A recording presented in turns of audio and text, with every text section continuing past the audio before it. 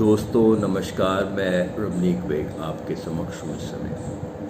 इस समय मैं अपने कानपुर के सेंटर में बैठा हूँ। दोस्तों यहाँ मैं डायबिटीज़ यानी कि मधुमेह जो है इसकी चर्चा करना चाहता हूँ। दोस्तों आजकल डायबिटीज़ एक बहुत कॉमन बीमारी हो रही है। देखा जाता है कि इतने सारे लोग डायबिटीज़ से ग्रस्त हैं। अब डायबिटीज़ के बहुत अच्छे प्राणायाम हैं।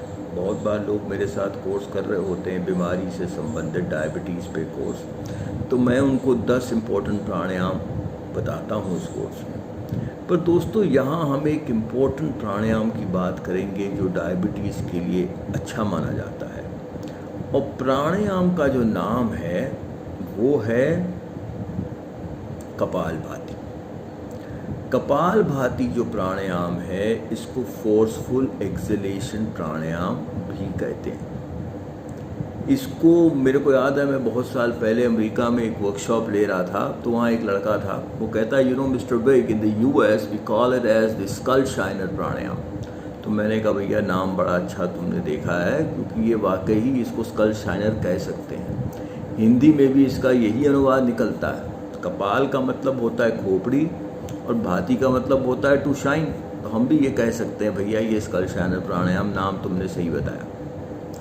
तो कपालभाति जो प्राणायाम है इसमें 2 इम्पोर्टेंट चीज़ें होती हैं। पहला होता है forceful acceleration followed by passive inhalation, यानी कि प्रत्येक बार जोर से झटके से बाहर को सांस फेंकनी है और लेने की जो क्रिया है वो स्वयं से होगी।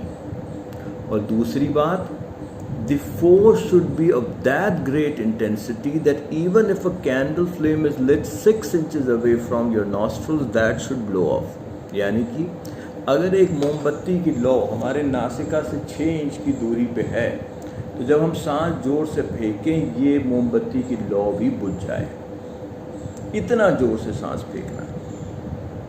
बहुत बार क्या होता है, लोग कहते हैं कि सर मैं 100 बार फेंक लेता हूँ बाहर जोर से, 200 बार फेंक लेता हूँ। मैं कहता हूँ भैया तुम 10 बार ठीक से फेंको तो ज़्यादा फ़ायदा होगा, देन तुम 200 बार या 300 बार गलत तरीके से फेंको सांस बाहर। तो इस प्राणायाम की तुलना हम एक रेलगाड़ी के साथ भी कर सकते हैं। मुझे याद है मैंने सन 2009 में किताब लिखी थी द मिरेकल्स ऑफ प्राणायाम, और उसका हिंदी अनुवाद प्राणायाम के चमत्कार। उसमें भी मैंने इस प्राणायाम की तुलना एक रेलगाड़ी के साथ की थी। इस प्राणायाम में 3 चरण होते हैं। जब रेलगाड़ी अपने प्लेटफॉर्म से शुरू होती है तो भाइयों देखा होगा ना, धीरे धीरे चलती है, कैसे छुक छुक छुक छुक। तो अगर हम उसी चीज़ को प्राणायाम में करें तो क्या होगा, 2 एक्सलेशंस के बीच में 1 सेकंड का गैप रखना है। जब रेलगाड़ी नॉर्मल स्पीड पे चलती है तो कैसे चलती है, छुक छुक छुक छुक छुक। तो इसका अनुवाद अगर प्राणायाम में करें तो 2 रेचकों के बीच में यानी कि एक्सलेशंस के बीच में आधे सेकंड का गैप रखना है। और जब रेलगाड़ी फुल स्पीड पे चलती है तो कैसे चलती है, छुक छुक छुक छुक छुक छुक छुक। तो यानी कि उसको कहेंगे तीव्र गति का कपालभाति, यानी कि 2 एक्सलेशंस के बीच में कोई गैप नहीं रखना। और दोस्तों क्योंकि हम ऐसे मोमबत्ती की लौ तो सामने रख नहीं सकते, वो तो बहुत इम्प्रैक्टिकल बात है, तो इसके लिए एक आसान तरीका क्या है कि अपनी हथेली को ऐसे नासिका से 6 इंच की दूरी पे ऐसे रखें। जब आप स्टेज 1 करेंगे तो 2 एक्सलेशन के बीच में 1 सेकंड का गैप होगा ऐसे। स्टेज 2 क्या होगा, गैप अब आधा सेकंड रह जाएगा ऐसे। और स्टेज 3 क्या होगा, तीव्र गति का कपालभाति, उसमें कोई गैप नहीं होगा, वो ऐसे होगा।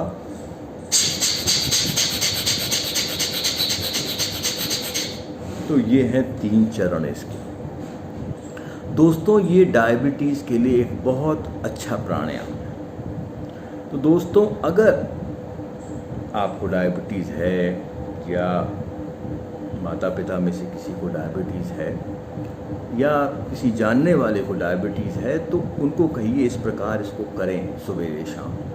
पर याद रखिएगा दोस्तों कि जिनको उच्च रक्तचाप है, जिनको हृदय रोग है, या महिलाएं जो गर्भवती हैं या पीरियड्स के दौरान महिलाएं इस प्राणायाम को ना करें। तो दोस्तों ये था कपालभाति और इसके तीनों चरण। अच्छा दोस्तों, मैं चलता हूँ और आपका दिन शुभ रहे।